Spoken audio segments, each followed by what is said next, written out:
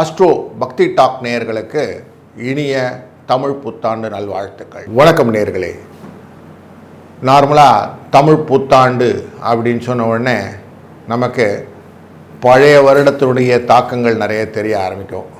புதிய வருடம் எப்படி இருக்க போகுதுன்னு ஒரு ஏக்கங்கள் வரும். அப்படி நம்ம பார்க்கும்போது சென்ற வருடத்தை விட இந்த ஸ்ரீ பிரபாவ வருடத்தில் எப்படி நமக்கு பலன் இருக்க போகிறது என்று பார்க்க போகிறோம். அதுலேயும் இந்த வருடத்தில் சனி பெயர்ச்சி கிடையாது, குருவின் பெயர்ச்சி இருக்குது. குருவின் பெயர்ச்சி தான் குரு கடாட்சம் கோடி புண்ணியம்னு சொல்லுவாங்க. அப்போ குரு தான் தனகாரகன்னு சொல்லுவோம். அப்படிப்பட்ட குருவினால் நமக்கு என்னெல்லாம் பலன் அப்படிங்கிறத ரொம்ப மைனூட்டாக பார்க்க வேண்டியிருக்கும். அவன் குரு பெயர்ச்சியானது 1ஆம் தேதி ஜூன் 2026 கடகராசியிலே உச்சம் அப்படிங்கிற இடத்துக்கு போகிறார். அந்த உச்சம் அப்படிங்கிற இடத்துல போயிட்டு அங்கேருந்து 31/10 அதிசாரமாக சிம்ம ராசிக்குள்ளே போவார். திருப்பி அங்கேருந்து ரிட்டர்ன் ரிவர்ஸில் 24 ஜனவரி 2027 அன்று திருப்பி கடகராசிக்கு வருவார். அப்போது ஒரு நல்ல மொமெண்ட்டு மிதுன கடக சிம்மம் அப்படிங்கிற 3 ராசி தொடர்புகளை கொண்டது. காலச்சக்கர புருஷத்தில் பார்த்தோன்னா 3ஆம் இடம், 4ஆம் இடம், 5ஆம் இடம்னு சொல்லுவோம். 3ஆம் இடம் தான் முயற்சி, வீரியம், தைரியம் அப்படிங்கிற இடம். 4ஆம் இடம் தான் குடும்பத்தில் இருக்கக்கூடிய அந்த வண்டி வாகனம், சுகங்கள், அன்னை, தாய் அப்படின்லாம் சொல்கிறோம் இல்லையா, இந்த சுகங்கள் எல்லாம். 5ஆம் இடம்ங்கிறது குழந்தைகள், பாக்கியங்கள், ஆசைகள், யோகங்கள், லக் அப்படின்றோம்ல, ஃபார்ச்சூன் அப்படிங்கிறோமே, இதெல்லாம். இப்போ இந்த தனக்காரனுடைய முக்கியமான செய்கை நமக்கு புரிந்து விட்டது. அதனால் இதையும் பார்த்து கொள்ள வேண்டும். இந்த வருடம் பிறக்கும் போதே ரிஷப லக்னத்திலே பிறக்கிறார். ரிஷப லக்னத்திலே அவர் மிருகசிரீஷம் என்கிற நட்சத்திரத்திலே இந்த கால் ஊன்றுகிறார். இந்த வருஷத்தை சூரியன் உச்சமாக அமர்கிறார் அஸ்வினி நட்சத்திரத்தில். சூரியனுடன் சேர்ந்து நமக்கு சுக்கிர பகவானும் அமர்ந்து கொள்கிறார் பரணி நட்சத்திரத்தை தன்னுடைய சுயசாரத்திலேயே. அவருடைய 3ஆம் இடமான மிதுன ராசியிலே குரு புனர்வசு என்கிற தன்னுடைய சாரத்திலே அமர்ந்து கொள்கிறார். கேது மகம் என்கிற சிம்ம ராசிக்குள்ளர அவர் அமர்ந்து கொள்கிறார் தன்னுடைய சுயசாரத்திலே. ராகு சதயம் என்கிற தன்னுடைய சுயசாரத்திலே அமர்கிறார். கூடவே சந்திரனும் சதய நட்சத்திரத்தில் அமர்ந்து கொள்கிறார். உத்திரட்டாதி என்கிற சனி பகவானுடைய இந்த ராசிக்குள்ளர ராசி கட்டமான மீன ராசிக்குள்ளர சனி பகவான், செவ்வாய், புதன் 3 பேருமே உத்திரட்டாதியிலே அமர்ந்து கொள்கிறார்கள். இப்போ பாருங்கள், சுயசாரத்திலே அமர்ந்தவர்கள் ஜாஸ்தியாக இருக்கிறாங்க. அப்போ தன் காலங்களில் கரெக்டாக செய்யக்கூடியதாக இந்த கிரகங்கள் இருக்கும் அப்படிங்கிற இண்டிகேஷனை கரெக்டாக நமக்கு சொல்லிட்டாங்க. இந்த ராகு கேதுவும் பெயர்ச்சி கொண்டவர்களாக இருக்கிறார். இந்த வருடக்கோளிலே 15/12/2026 அன்று இந்த ராகுவானது மகர ராசிக்கும் கேதுவானது கடகராசிக்கும் செல்ல இருக்கிறார்கள். அப்போ இவங்களும் தனகாரகன், அதாவது செய்கிறத பெருசாக செய்கிறது, கடனெல்லாம் கொண்டு வந்து கொடுக்கறது, வாழ்க்கையிலே மாற்றங்களை மாற்றுவது, திருமணம் போன்ற விஷயங்களெல்லாம் கொடுக்கறது, குழந்தை பாக்கியத்தை கொடுப்பது, இது எல்லாமே இந்த ராகு கேதுவின் செய்கையினால் வரும். அப்போ இதுவும் முக்கியமானது ஆயிட்டதுனால இந்த ஸ்ரீ பராபவ வருடத்தினுடைய பலனை ஒரு ராசிக்கும் டீட்டெயிலாக பார்க்க வேண்டியதாகிறது. வணக்கம் மேஷராசி நண்பர்களே. நமக்கு சென்ற வருடம் அப்படிங்கிறது கொஞ்சம் ப்ரெஷர்ஃபுல்லாக தான் இருந்தது. ரொம்ப அழுத்தங்களை கொடுத்தது அப்படிங்கிறதும், பல வேலை மாற்றங்களில் சிக்கல்களை கொடுத்தது அப்படிங்கிறதும், அந்த சனி பகவானின் உள்ள இன்ட்ரோவான அந்த 7.5 சனி உள்ளார வந்ததுனால கொஞ்சம் மனசில் கொஞ்சம் ஜிட்டரிலாம் இருந்தது அப்படிங்கிறதும் நிதர்சனமாக தெரியுது. இப்போ இந்த ஸ்ரீ பராபவ இடத்துல இந்த பயங்கள் போகுமா, வாழ்க்கையில் ஒரு ஸ்திரமான தன்மை கிடைக்குமா அப்படிங்கிற தேடலோடு தான் இந்த காணொலியை நம்ம துவங்குகிறோம். அதுலேயும் பண வரவு வருவதற்கும் சனி பகவானின் தாக்கம் இல்லாமல் நம்ம முன்னேற்றத்துக்கு எப்படி வாழ்க்கையை கொண்டு போகிறது அப்படிங்கிறதையும் நம்ம பார்க்க போகிறோம். இந்த மேஷ ராசிக்குள்ளார 3 நட்சத்திர கோர்வை இருக்கிறது. ஒன்று அஸ்வினி, மற்றொன்று பரணி, மற்றும் ஒரு கார்த்திகை நட்சத்திரம். இந்த 3 பேருமே க்ரியேட்டிவிட்டியில் ஹையஸ்ட்டு இருப்பாங்க. அஸ்வினி நட்சத்திரத்தை தான் மருத்துவத்துறையிலே நல்ல முதன்மை பெற்றவர்கள் அமர்வார்கள். பரணி நட்சத்திரத்திலே மற்றவர்களை உருவாக்கக்கூடிய ஆசாமிகள் எல்லாம் இருக்கிறாங்க. கார்த்திகை நட்சத்திரக்காரர்கள் தான் முதன்மை தம் பெற்றவர்களாக இருப்பார்கள். அப்போ எல்லாத்துக்குமே ஃபஸ்ட் அப்படின்றது மேஷ ராசியில் இருக்கக்கூடிய பலன். இந்த பலத்தை நாம் எப்படி பயன்படுத்தி கொள்கிறோம் அப்படிங்கிறத பார்ப்போம். இந்த வருடத்தில் 3ஆம் இடம் அப்படிங்கிற முயற்சி ஸ்தானத்தில் இருக்கக்கூடிய இந்த குரு பகவான் நமக்கு நல்ல ஒரு ஸ்திதியில் இல்லை. அதனால் முயற்சிகள் நிறைய தடைகள், செஞ்ச காரியத்தினால் வந்த பிரச்சனைகள், தேவையில்லாத ஆரோக்கிய குறைபாடுகளை பார்த்து ஃபேஸ் பண்ணின சூழ்நிலைகள் இதெல்லாம் இருந்துக்கிட்டு இருந்தது. இது எல்லாம் ஜூன் மாதத்திலேருந்து விலகிவிடும். ஜூன் மாதத்திலேருந்து விலகக்கூடியதானது கடகராசியிலே உச்சம் பெறும்போது முக்கியமாக வீடு, வாகனங்கள், தாய் வழி சொந்தங்கள், இதன் ரிலேட்டடான உறவு முறைகள் இதெல்லாமே வலுப்படும். நல்லதொரு ஸ்திதி கிடைக்கும். செல்வ பலத்துக்கான வாய்ப்புகளை நிறைய ஏற்படுத்தி கொள்வீர்கள். மே 11ஆம் தேதி அன்று இந்த உச்சமான சூரியனுடன் சேர்ந்து செவ்வாயான உங்கள் ராசிநாதன் வரும்போது யோகமான பலன்களையும் எதிர்பார்க்கலாம். அப்போது மே மாதமும் ஜூன் மாதமும் நல்லா வந்துடுச்சின்னு தெரிஞ்சு போச்சு. அதே போல் இந்த குரு அமர்ந்து கொண்டு பார்க்கக்கூடிய பார்வை உங்கள் ராசியின் 12ஆம் இடத்தை பார்க்க போகிறார். ஜூன் மாதத்துலேருந்து 12ஆம் இடத்திலே வருடக்கோளாக அமர்ந்து கொண்டு இருக்கிற சனி பகவான், அவர்னால் வரக்கூடிய சிக்கல்கள், நார்மலாக செலவு ஜாஸ்தியாக இருந்தது, அந்த செலவு கட்டுப்படும்.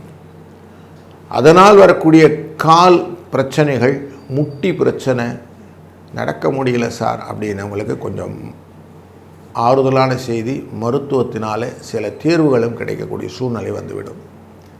அது மட்டும் இல்லை, நீங்கள் செய்யக்கூடிய காரியங்களிலே வெளிநாட்டு வர்த்தக தொடர்புகள் இருந்தால் வரவுகளை ஏற்படுத்தி கொடுக்கும். மறைமுக வரவுகள் அப்படின்னு சொல்லுவோம். தாய் வழி உறவிலே வரக்கூடிய வரவுகளும் உங்களுக்கு வந்து சேரும். அப்போ க்ளீனாக இந்த ஸ்டேஜ் உங்களுக்கு நல்லாயிருக்கு.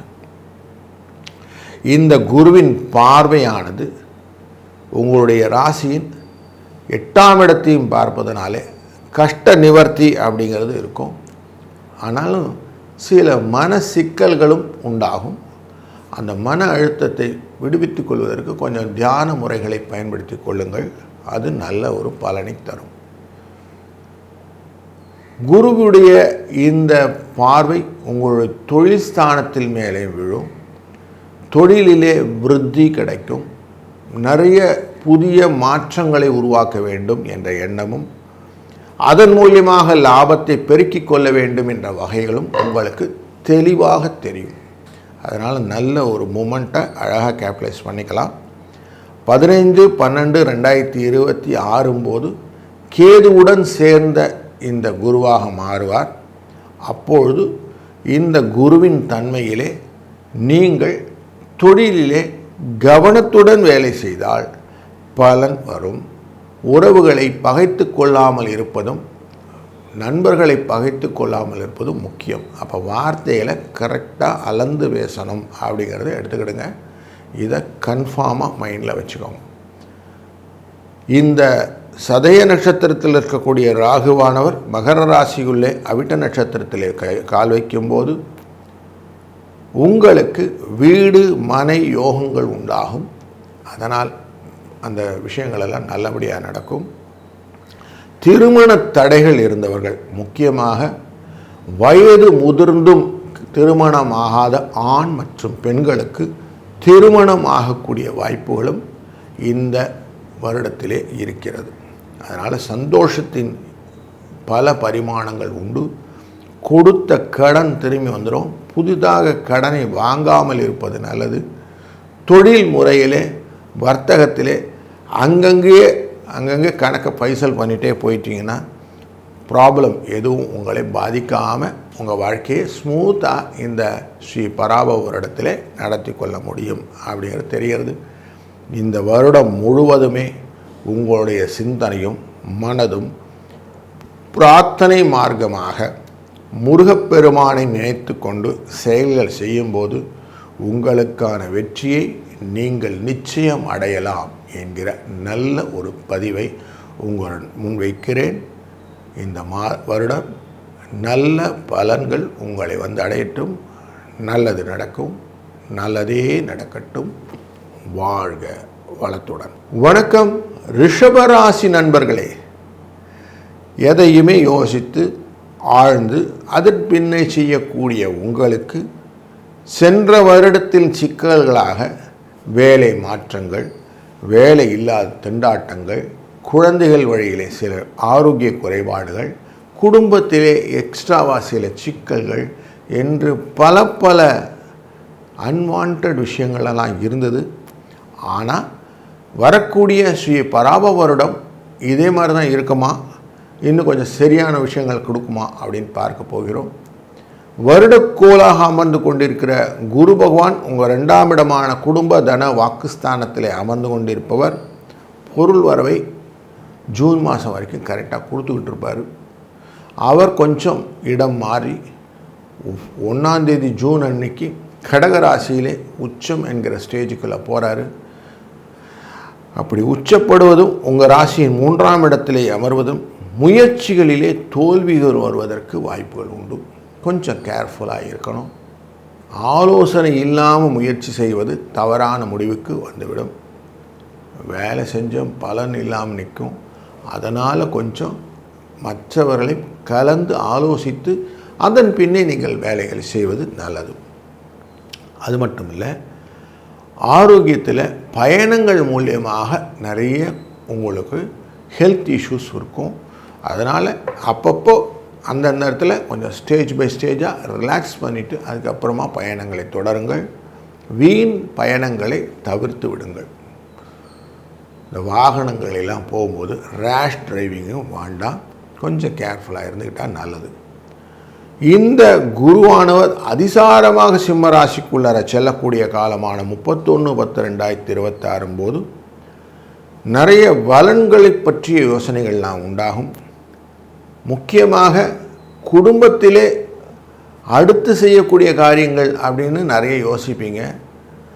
வாகனங்களை மாற்றுவது, வீடு மற்றும் விஷயங்கள் எல்லாத்திலும் கொஞ்சம் எக்ஸ்ட்ராவாக கேர்ஃபுல்லாக இருக்கணும் அப்படின்னு தோன்றுறது. கொஞ்சம் இன்வெஸ்ட்மெண்ட் ரிலேட்டடான யோசனைகள் இதெல்லாம் வரும். இதுவும் நல்ல தன்மையை கொடுக்கும். 24/1/2027 வரைக்கும் இந்த சூழ்நிலை நன்றாக அமைகிறதுனால இந்த அக்டோபர்லேருந்து ஜனவரி வரைக்கும் உள்ள பீரியடை கரெக்டாக கேபிட்டலைஸ் பண்ணிக்கணும். ஏன்னா இந்த குருவானவர் கடகராசியிலே இருக்கும்போது உங்கள் லாபஸ்தானத்தை பார்ப்பதும், இதையே சிம்மராசியிலே செல்லும்போது உங்களுடைய மேஷராசியான 12ஆம் இடத்தை பார்ப்பதும் நமக்கு முக்கியமான நிகழ்வுகள். அப்போ குடும்பத்தில் விருத்திக்கான வழி, திருமணம் போன்ற நல்ல சுப நிகழ்வுகள் நடப்பதற்கான வழிகளும் இந்த பீரியடில் இருக்குது. அதனால் சக்ஸஸ் ஸ்டோரி நிறைய இருக்கும். இந்த 15/12/2026 போது ராகு கேது பெயர்ச்சிகளும் உண்டு. அந்த பெயர்ச்சியின் போது கேதுவானவர் குருவுடன் சேர்ந்து 3ஆம் இடத்திலே அமர்வதனாலே பண வரவு கிடைக்கும். புத்தியை யூஸ் பண்ணோம். கத்தியை தீட்டாதே உன் புத்தியை தீட்டுன்னு சொல்லுவாங்க இல்லையா? அப்படி நிறைய நீங்கள் அனலிட்டிக்கல் நாலேஜோட ஒரு காரியத்தை அணுகும்போது அது பண வரவை ஏற்படுத்தும். கொடுக்கல் வாங்கலிலே சிக்கல் இல்லாத தீர்வை கொடுக்கும். தெளிவான பாதையை நீங்கள் வகுத்து கொண்டு அதிலே பயணம் செய்வதற்கான வாய்ப்புகளை நிறைய கொடுக்கும். அதனால் இதையும் நல்லா கேபிட்டலைஸ் பண்ணிக்க வேண்டிய சூழ்நிலை இருக்குது. தொடர்ந்து சனி பகவான் உங்கள் ராசியின் லாபஸ்தானத்திலேயே அமர்ந்து கொண்டிருப்பார். அவருடைய பார்வையானது 5ஆம் இடமான கன்னிராசியின் மேலே விழுந்து கொண்டிருக்கும். அப்படி இருக்கும்போது உங்களுக்கு லாபத்தின் அளவு கரெக்டாக இருக்கும். செஞ்ச வேலைக்கு கரெக்டான கூலி கிடைக்கும். அதனால் எந்த விதமான மன அலப்பறையும் வேண்டாம். குழப்பமே கொஞ்சம் நம்மளை மனசை நம்மளே கெடுத்துக்கிறது தான் அப்படிங்கிற மாதிரி இருக்கும். அதனால் கொஞ்சம் இதனுடைய விஷயத்தில் கொஞ்சம் கேர்ஃபுல்லாக இருந்துக்கிடுங்க. நம்மளை சும்மா அலட்டிக்க வேண்டாம், அதுவாக வரும். காரியங்கள் ஏற்கனவே டிட்டர்மைண்டுன்னு சொல்லுவோம். ஏற்கனவே நடக்க வேண்டியதுதான் நடந்து கொண்டிருக்கிறது. தீதும் நன்றும் பிறர் தர வாரா அப்படின்னு சொல்லுவோம். அடுத்தவனால எதுவுமே வெல்ல விடாது, நம்மளை படுத்திக்கிட்டால் தான் உண்டு. அதனால் கொஞ்சம் அதில் மட்டும் கேர்ஃபுல்லாக இருந்துக்கிடுங்க. ராகுவானவர் இந்த கும்பராசியிலேருந்து மகர ராசிக்குள்ளே போகிற உங்கள் ராசியினுடைய 9ஆம் இடத்துக்கு அவருடைய பயணம் இருப்பதனாலே எந்த காரியம் செஞ்சாலும் கரெக்டாக செஞ்சுடுங்க. ஒரு தடவை செஞ்சாலும் உருப்படியாக செய்யுங்க. அப்புறம் செய்யலான்னு தள்ளி போடாதீங்க. பாதி காரியத்தை செஞ்சுட்டு நிறுத்திடாதீங்க. இதெல்லாம் கொஞ்சம் கேர்ஃபுல்லாக இருந்துக்கிடுங்க. இப்படி செய்தீங்களா மாணவர்கள் படிக்கக்கூடிய விஷயங்களும் ஆகட்டும், வேலைகள் நீங்கள் செய்யக்கூடிய காரியங்களாகட்டும், தொழில் வகையிலே நீங்கள் செய்யக்கூடிய காரியங்களும் இந்த ஆட்டிடியூட் இஷ்யூனால் பாதிக்கப்படும். அப்படிங்கிறதுனால கொஞ்சம் கேர்ஃபுல்லாக இருங்க. அப்படி செஞ்சிட்டிங்கன்னா வளர்ச்சியை நோக்கிய பயணம் உங்களுக்கு உண்டு. இல்லை என்றால் சிக்கலையும் நீங்கள் சந்திக்க வேண்டி வரும் என்ற எச்சரிக்கையும் நமக்கு தெரிகிறது. இந்த வருடத்திலே மிக முக்கியமான நிகழ்வுகளே சூரியனும் செவ்வாயும் சேரக்கூடிய இந்த ராஜயோகமானது ஒன்று வரக்கிருக்கிறது 12ஆம் இடத்தில். அதாவது ஏப்ரல் மாதத்திலே நமக்கு சூரியனும் இந்த செவ்வாயும் சேர்வார்கள். இந்த காலகட்டங்கள் உங்களுக்கு நல்லபடியாக அமைவதனாலே இந்த ஸ்ரீ பராபவ வருடமானது உங்களுக்கு பல விதத்திலும் நன்மையையும் வளத்தையும் ஒருங்கே கொண்டு வர எல்லாம் வல்ல இறைவன் துணை புரிய வேண்டும். அதற்கு நீங்கள் இந்த வருடம் முழுவதுமே மாரி அம்மனை வழிபடுவது சிறந்தது. வெற்றிகள் நிச்சயம் உண்டு. நல்லது நடக்கும். நல்லதே நடக்கட்டும். வாழ்க வளத்துடன்.